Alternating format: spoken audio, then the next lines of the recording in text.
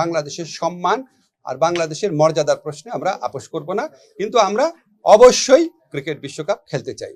আমরা আজকে সিচুয়েশনটা নিয়ে আলাপ করেছি, আমরা সবাই একমত হয়েছি যে বাংলাদেশ কষ্ট করে কোয়ালিফাইং রাউন্ডে কোয়ালিফাই করে বাংলাদেশ বিশ্বকাপে টি-20 বিশ্বকাপে খেলার যোগ্যতা অর্জন করেছে। আমরা ক্রীড়া পাগল নেশন, আমরা ক্রিকেট ভক্ত নেশন, আমরা অবশ্যই খেলতে চাই, কিন্তু এটা আমাদের জাতির অবমাননার বিনিময়ে আমাদের ক্রিকেটার এবং আমাদের দর্শক, আমাদের সাংবাদিক, তাদের নিরাপত্তার বিনিময়ে, দেশের মর্যাদার বিনিময়ে আমরা বিশ্বকাপ ক্রিকেট খেলতে চাই না। আজকে আমরা আইসিসি থেকে যে চিঠিটা পেয়েছি, সেই চিঠিতে পড়ে আমাদের কাছে মনে হয়েছে ভারতে যে প্রচণ্ড একটা নিরাপত্তা ইস্যু তৈরি হয়েছে বাংলাদেশি ক্রিকেটারদের জন্য, সেটা তারা রিয়ালাইজ করতে সক্ষম হয় নাই। এবং আমার কাছে মনে হয়েছে এটা নিরাপত্তা ইস্যু শুধু না, এটা জাতীয় অবমাননা ইস্যু।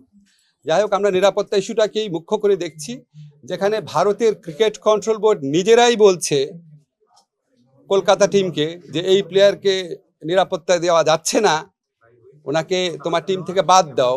এটাই তো একটা ট্যাসিড রেকগনিশন যে ভারতে নিরাপদে খেলার মতো পরিস্থিতি নাই। আমরা ভারতের যে বিগার পিকচার আছে, সাম্প্রদায়িক পরিস্থিতি, সেটা নিয়ে কিছু বলতে চাচ্ছি না, কিন্তু আমাদের ক্রিকেটারদের নিরাপত্তা, বাংলাদেশের নিরাপত্তা, বাংলাদেশের মর্যাদা, এটার প্রশ্নে আমরা কোনো আপোষ করব না। আমরা ক্রিকেট খেলতে চাই, আমরা বিশ্বকাপ খেলতে চাই, এবং এটা আমরা আরেকটা যে আয়োজক দেশ আছে শ্রীলঙ্কা, সেখানে খেলতে চাই। এই পজিশনে আমরা অনড় আছি। আমরা কেন এই পজিশনে অনড় আছি? আমরা আশা করি আমরা আইসিসিকে বুঝাতে সক্ষম হব, এবং আইসিসি আমাদের যুক্তিগুলো সহৃদতার সাথে নিরপেক্ষভাবে বিবেচনা করে আমরা কষ্ট করে যে অর্জনটা করেছি সেই টি-20 বিশ্বকাপে আমাদের খেলার সুযোগ করে দিবে।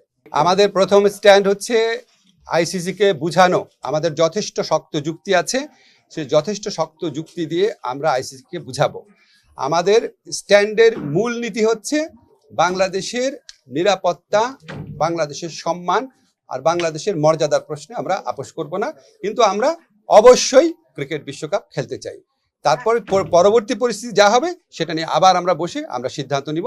এখন পর্যন্ত আমরা এই সিদ্ধান্ত খুব ক্লিয়ারলি নিয়েছি যে আমরা আইসিসিকে বুঝাবো যে আমাদের ভারতে খেলার মতো পরিবেশ নাই। আজকে রাত্রে বা কালকে সকালের মধ্যেই দেওয়া হবে।